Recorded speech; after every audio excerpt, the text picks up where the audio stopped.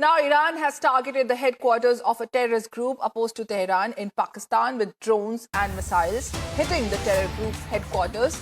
2 children lost their lives in this attack and 3 others sustained injuries in what Pakistan claims to be an illegal airstrike conducted by Iran. The incident has prompted Pakistan's foreign ministry to summon Tehran's top diplomat in Islamabad, expressing vehement protest against the alleged unprovoked violation of its airspace.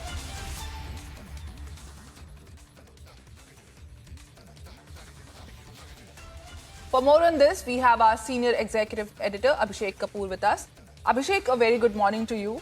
Now, in the increasing unrest in the Middle East, as already we have Israel-Hamas war going on, which has crossed 100 days. Now, this new attack, what could this new attack from Iran in Pakistan could mean to the situation in the Middle East?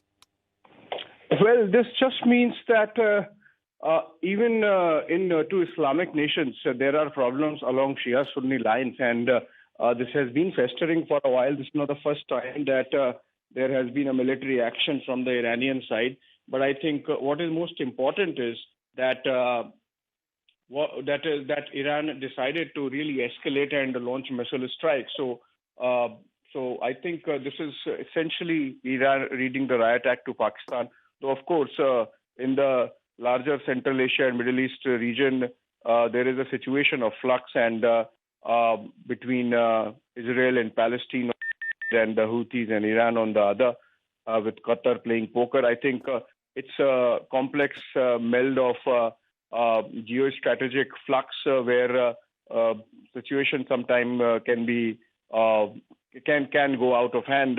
But I think in this specific instance, it's a case of some Sunni militant groups active along the Baluchistan-Sistan border between Pakistan and Iran really deciding that the kind of militia raids that they conduct with using Pakistan as a base cannot be allowed, and so Iran escalating. As I said, this is not the first time.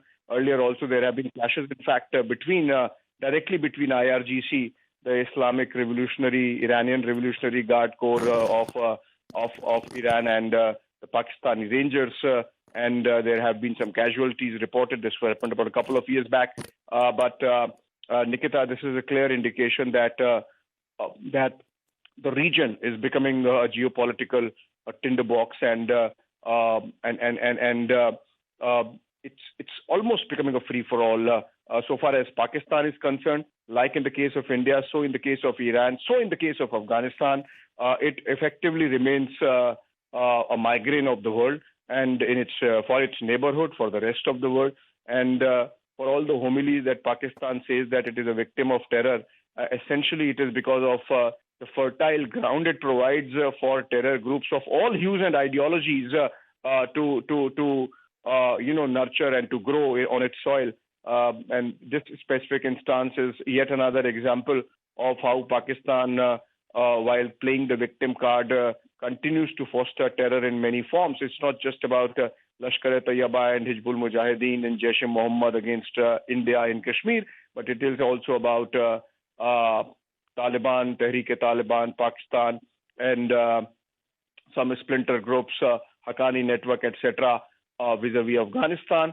And then you have now in this case this terror group which has been targeted by Iran for operating out of Pakistan, and those terror bases having been targeted.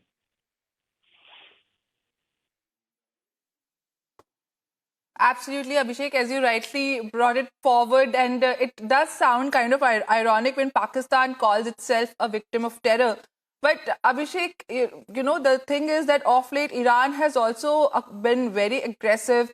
Let it be its involvement in the Houthi rebel attacks in the Red Sea, because US had claimed that the Houthis were backed by the Iranians. Then Iran's attack on northern Iraq and Syria this Monday, and now this attack on these two groups, which Iran is saying that they were terror groups and they were opposing Tehran in Pakistan. So where exactly is Iran headed? Could we see some kind of plan that Iran has? Well, obviously, Iran seems to be working to a plan which is to meddle in the affairs in a manner that it is seen as it is seen as at the vanguard of political Islam, and there is a direct competition, for example, with Saudi Arabia, where Iran wants to be seen as standing more strongly and stoutly in defense of the Palestinians in Gaza. And we have seen all these terror organizations and militias from Hamas to Hezbollah to Houthis, all backed by Iran, and it seems it's going to continue with it, to the extent that even India had to face the brunt of Iran origin ammunition when the merchant vessel Pluto Chem was targeted right within the Indian exclusive economic zone, and it had to be taken up with the Iranian side by our external affairs minister on his visit 2 days back. So I think Iran, of course, is sort of becoming an issue for the region, for the geography, because of its standoff with Saudi Arabia, because of its standoff with Israel, because of course, its standoff with the United States. And maybe they would have to realize at some stage that they can't make enemy out of everyone. It seems they've gone berserk, targeting India, targeting Israel, targeting all the merchant shipping passing through the Red Sea, or at least backing it. And in this particular instance, obviously, this is about a terror originating from Pakistani soil. So they're targeting those terror bases with their missiles. I think on that front, maybe India would have no objection. But the fact of the matter is, since you asked about Iran, there are some issues, and it seems that the Iranian establishment sort of has reached a state of mind where they don't care what the world thinks about them. All right, Abhishek, thank you so much for sharing all these details with us. So as on this latest attack by Iran in Pakistan, where Iran has gone ahead and attacked it at 2 sites, citing that they have targeted these 2 groups which were against Tehran. Now, as our senior executive Abhishek Kapoor just said, that Iran seems to be becoming a bigger problem with its continuous attacks now in Pakistan. Earlier, it started with Red Sea attacks recently, then in northern Iraq, Syria, and now it has attacked Pakistan, which itself is a breeding hub for terrorism. Brace yourselves for a revolutionary leap into the world of news with the Republic World app. We are not merely presenting a news app. We at Republic TV are ushering in a new era of digital news consumption. The Republic World mobile app has the essence of power of breaking news and the heartbeat of our impactful shows seamlessly integrated into a singular dynamic platform for you. Join us, viewers, in an experience that goes beyond conventional news reporting. Don't merely witness the news, become a part of it.